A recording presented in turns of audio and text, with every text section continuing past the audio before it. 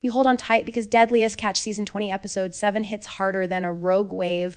A storm is bearing down, and every captain is pushed to their absolute limits. Monster pots, dangerous seas, and even the literal hand of fate seem to steer these crabbers. And yes, the Bering Sea delivers both blessings and brutal realities with every passing hour. What unfolds is a perfect mix of maritime drama, near-miss disasters, tough choices, and some wild animal encounters you really have to see to believe. Let's dive into the episode, pick apart all the drama, and break down the gripping ending. The episode kicks off deep in the heart of the crab season with captains and crews halfway through their treacherous run. There's tension everywhere.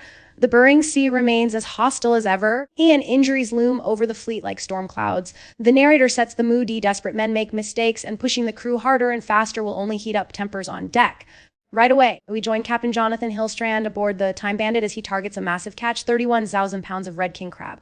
The stakes couldn't be higher. If just one haul falls flat, he risks losing the entire quota to quicker competitors. The crew's nerves are shot, every crab counts. But Jonathan isn't just battling the sea, he's almost in a spiritual contest. The first pot comes up empty, a soul-crushing sight that leaves the whole crew cursing and praying for some divine intervention. Suddenly, out of nowhere, the sea comes alive. Thousands of dolphins and porpoises converge around the Time Bandit, an awe-inspiring, almost mythical event. Jonathan calls it. It's the sign they needed. The dolphins are feeding on squid and fish, scraps raining down from the surface that draw crabs into concentrated schools right beneath. Hillstrand quickly pivots strategy, chasing the megapod, dropping pots along their path. It's a daring move, but you can see hope surging through the crew as pots begin to fill. It's one of those moments where the line between luck, skill, and pure faith in the sea blurs. Next, we travel east to the Pacific Mariner, home to Captains Jack Bunnell and Harley Davidson. These guys are all in, pouring their life saving to the boat, chasing a jaw, dropping 55 Zos a pound quota, and burning through 5 Azaws in a day on fuel and food. But their initial hauls are totally miserable. It's just a handful of crabs in pot after pot. Pressure mounts as the clock ticks down. The risk of bankruptcy feels all too real.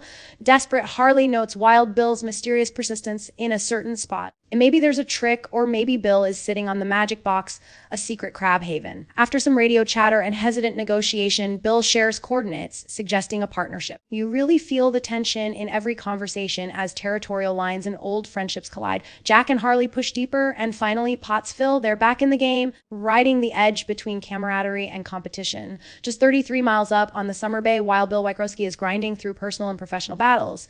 Despite fighting cancer, Bill is laser focused on catching crab and finishing strong. He's found his own magic band of crabbing ground, and you see a mix of hope and exhaustion as the pots produce steady, though not spectacular results. He bumps gear up, tweaks locations, and basically tries to dial in just enough calm in a chaotic moment to squeeze the quota and survive another season. But competition, especially from the Pacific Mariner, threatens to encroach on his spot. Old school tactics and a little grumpy banner show Bill is far from giving up, no matter what the sea or his rivals throw at him. Meanwhile, the Northwestern and its famously dramatic captain Sig Hansen bring a storm of emotion and danger.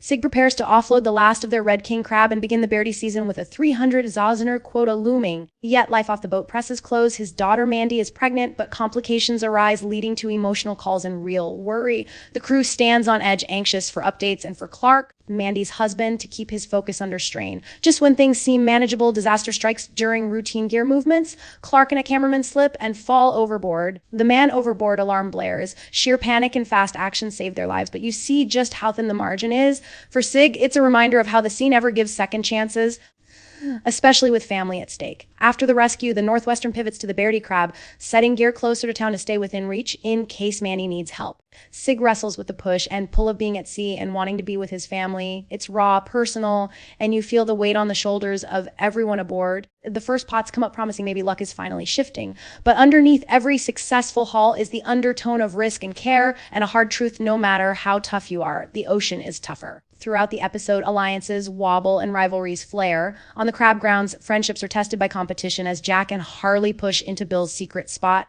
Bill bristles. The ocean isn't anyone's private playground, but with catch quotas on the line, self-interest and grudging respect manage to keep relationships from snapping. The dolphins and porpoises, thousands in number, an almost magical motif, leading Jonathan on the Time Bandit to jackpot pots. The frenzy and gratitude on board are palpable for a moment. It really feels like the ocean is on their side. Across every boat, though luck is fleeting, the Summer Bay and Pacific Mariner ride the highs and lows of crab counts by the pot. Sometimes fortunes turn, Sometimes they sink. Bill's cancer storyline weaves through the action, adding an emotional depth to the grind, while Sig's family drama and the overboard scare drive home the dangers and stakes that never let up. As the episode closes, old wounds and new understandings surface. Harley offers Bill the chance to sweep through his gear and grab some crab, a gesture that blends rivalry with rare partnership. Sig gets the reassuring call that Mandy and the baby are okay, but the brush with disaster leaves everyone sobered. The Northwestern crew is back on task, pulling crab more cautious now, safety and family on their minds. Every boat, every captain is chasing quotas, fighting the relentless sea, and hoping that luck, courage, or maybe just a pod of dolphins will carry them through. So to sum up, Episode 7 is an emotional roller coaster shot through with near tragedies, unexpected blessings, sharp competition, and the ever-present danger that the Bering Sea throws at these fishing legends. The alliances form and fracture, dreams ride on the count in every pot, and family hangs in the balance with every passing tide.